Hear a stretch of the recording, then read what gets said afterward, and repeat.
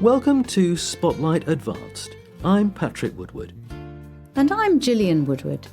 Spotlight uses a special English method of broadcasting. It is easier for people to understand, no matter where in the world they live.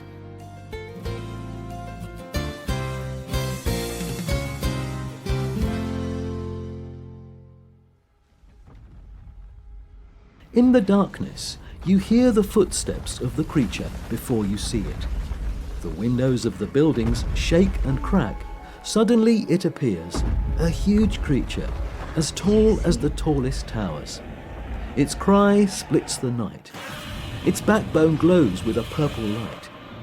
Energy shoots out from its mouth, slicing the buildings in half.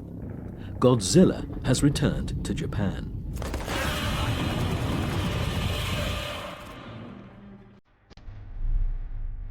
Godzilla is one of the most famous monsters of the history of film. Pictured sometimes as an evil force and sometimes a hero, Godzilla is always a force of ruin. But the roaring monster makes a film fun. But the huge beast also shows the fears of those who created him.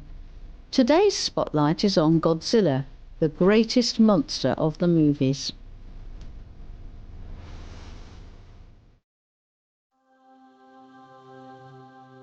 Three men created Godzilla.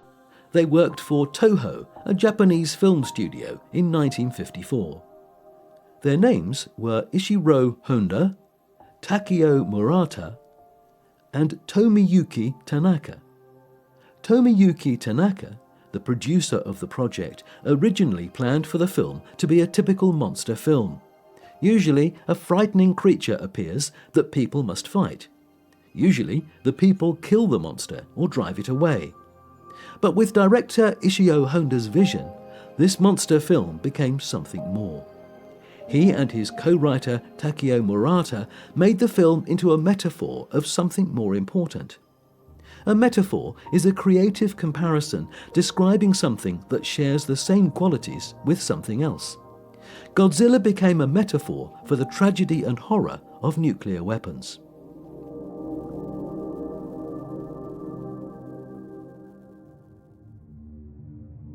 Honda was no stranger to these weapons, nor was Japan.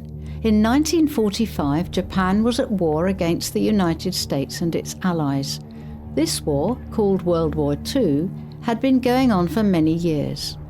Hundreds of thousands of people had died.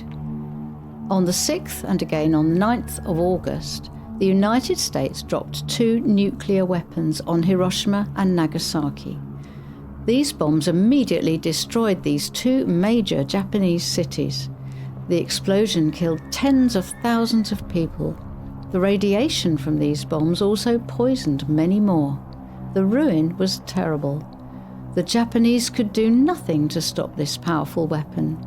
Their government surrendered soon afterward. The war was over. Ishiro Honda was an unwilling soldier in that war. He spoke to the magazine Newsweek about the experience that would shape his film. I was coming back from the war. The army was returning from our final defeat. We passed through Hiroshima. Back then, it was said that for the next 72 years, no grass would grow there. That picture really stayed with me. So I have a kind of hatred of nuclear weapons. Honda's hatred of nuclear weapons shaped the plot of the first Godzilla movie. It also included another real-life event involving nuclear weapons called the Daigo Fukuro Maru incident. During this incident, the Japanese fishing ship Daigo Fukuro Maru was fishing for tuna near the Marshall Islands in the Western Pacific. Near those islands, the United States secretly was testing a new nuclear weapon. The ship was fishing in a place that should have been safely outside of the testing zone, but this bomb was much more powerful than expected. It sent clouds of radioactive fallout into the wind. The dust and ash in the radioactive clouds fell on the Daigo Fukuro Maru. The radioactive fallout from this nuclear test poisoned the ship's crew. Several crew members died within a few weeks, and those who did not die immediately had permanent disabilities.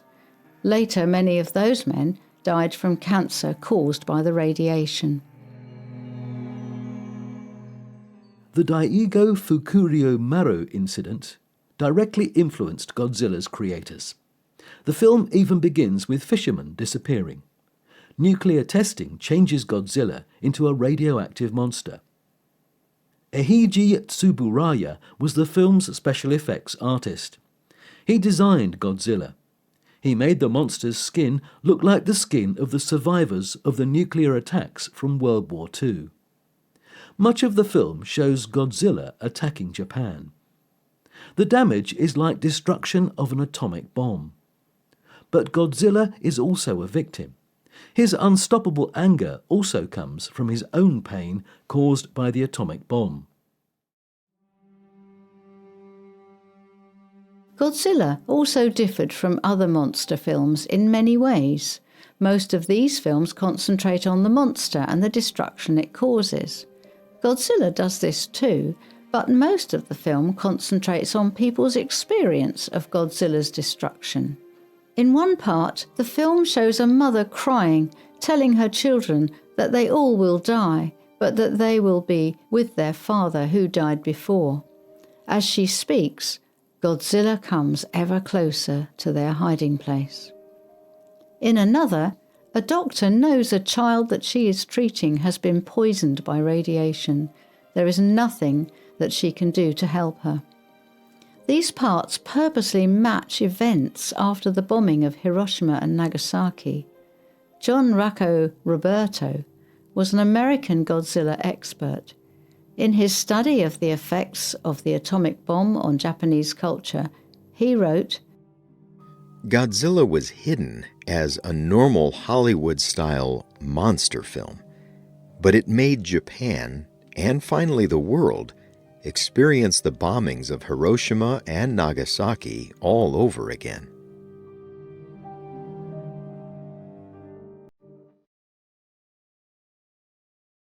The movie Godzilla was a huge success on its release. It set a box office record in Tokyo. Reviews of the film were mixed, but the movie was very popular. Because so many people came to see it, it became the 8th most profitable film in Japan that year. In the next few years, the movie was shown in Germany and the United States. However, these films were changed a lot. These did not include much of the original movie's anti-war message. These also removed the nuclear weapons. In the United States, the title was changed to Godzilla, King of the Monsters. But more people watched the film in the United States than in Japan. The international showings of the movie helped solidify Godzilla's popularity. The Toho Film Studio capitalized on this popularity, releasing 5 more Godzilla films in the next 10 years. In these films, Godzilla is still a force of destruction, but he slowly turns into a hero who fights other monsters that threaten the Earth and its people.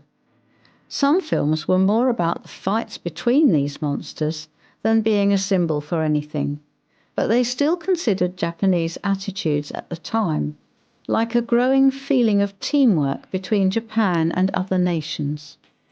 Ishiro Honda directed many of these later Godzilla films. He spoke to Newsweek about this period of these films. In parts, with international meetings, I always show people from the Soviet Union and other countries. They helped the Japanese government with the problem it faces. That kind of assistance somehow became the subject of these sorts of films. Cooperation or working together is the most important subject. As time went on, Godzilla became a friendly monster. Recent films, such as the American-made Godzilla x Kong, The New Empire, follow this example. Here, he is a force of nature that protects the Earth from outside danger. But Godzilla still has the power to show the fears of the Japanese people. In 2016, Toho released a new film called Shin Godzilla. Shin Godzilla was influenced by the tsunami, a huge wave caused by an earthquake that hit Japan in 2011. The tsunami caused the Fukushima nuclear power plant to melt down, releasing radiation into the environment. In the film, Godzilla is a slow-moving monster changed by radiation poisoning. The monster is a danger, but much of the film is about how government officials fail to address the problem. The movie shows the danger of a natural tragedy, but it is also about the dangers of a slow-moving government. Today, Godzilla is the longest-running film series of all time, with 38 movies completed and more to be released. He is one of Japan's most well-known creations. He made people want to make other monster films and video games. But Godzilla will always be more than just another monster. He shows both the fears and joys that all people experience. In that way, we are a part of Godzilla. Our experiences and expectations make him one of the greatest monsters of all time. Have you ever seen a Godzilla film? Which film was your favourite? You can leave a comment on our website or email us at radio@radioenglish.net. You can also comment on Facebook at facebook.com/spotlightradio. This programme is called Godzilla, the Greatest Monster. The writer of this programme was Dan Christman. The producer was Michio Ozaki. The voices you heard were from the United Kingdom. All quotes were adapted for this programme and voiced by Spotlight. You can listen to this programme again and read it on the internet at www.radioenglish.net. You can also get our programmes delivered directly to your Android or Apple device through our free official Spotlight English app. We hope you can join us again for the next Spotlight programme. Goodbye.